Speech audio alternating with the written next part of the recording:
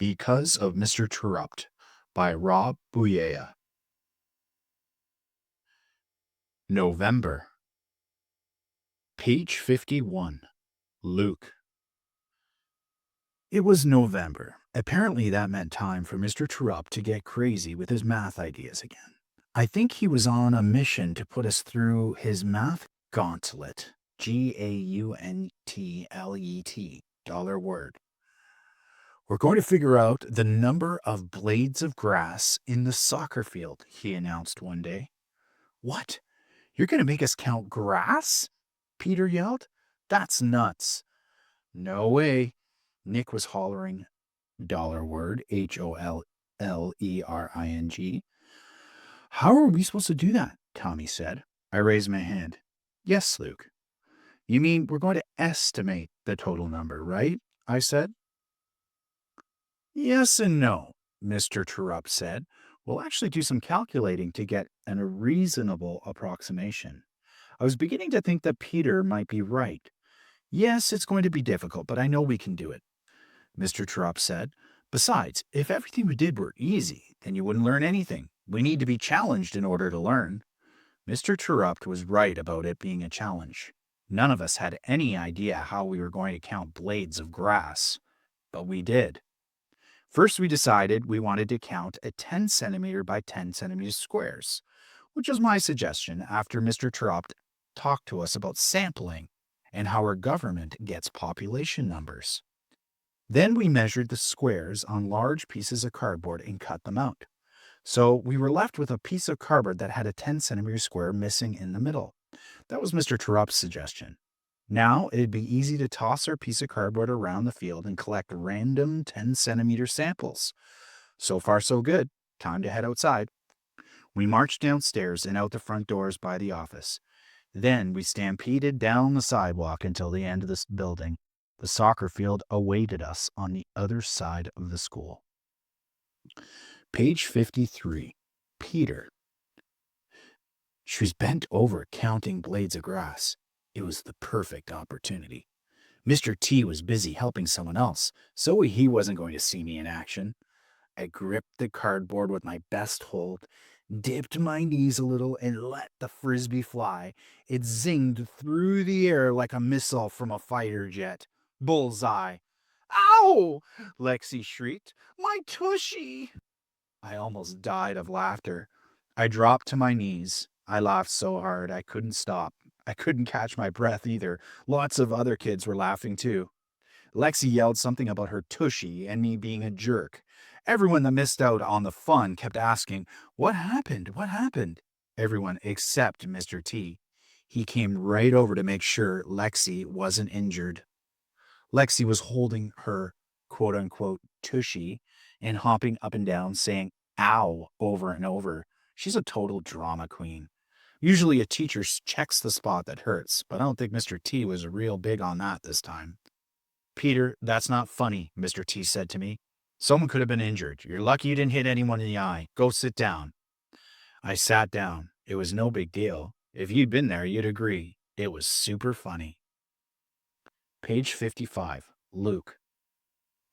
We spread out all over the place, tossing our cardboard squares and counting the blades of grass. Peter, however, was flinging his square like a frisbee, even though Mr. Terupt had warned us that it wasn't a toy and to be careful throwing it.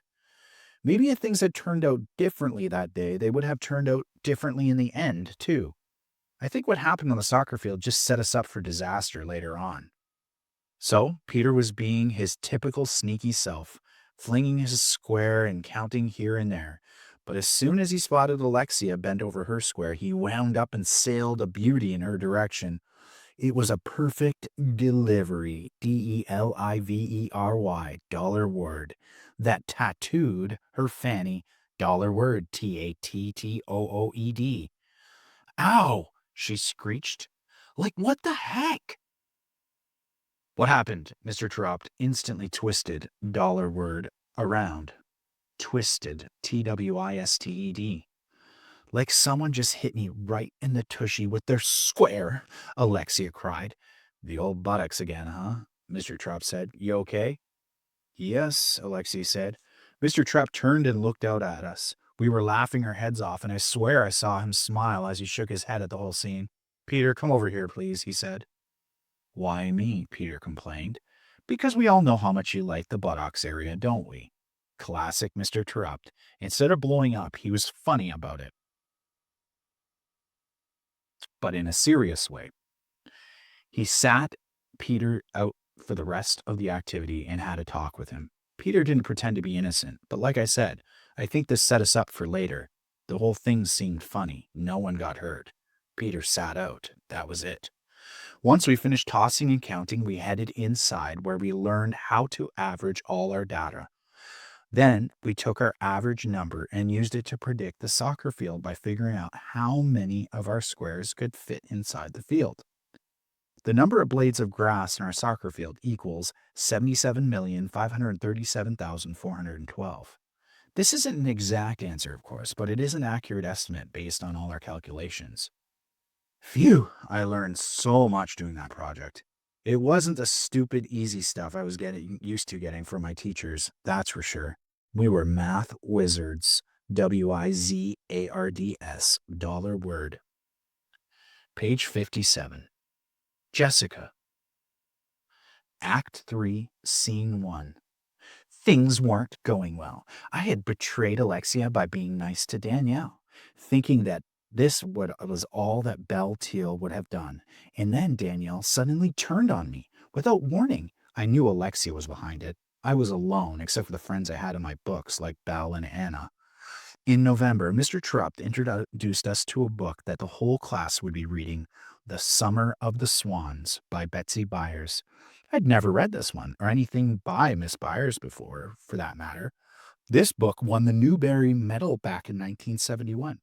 Mr. Terupt said. He held the book up. It's not full of action like you guys tend to think of action, but it is a beautifully written book that's going to give us an awful lot of to think about. Maybe even change because of. I straightened up. I was excited. Peter moaned.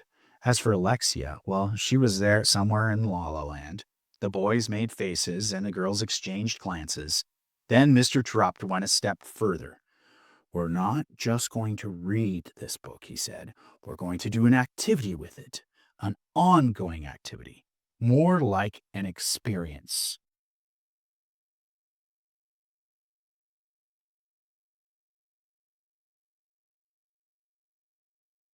Thank you for calling.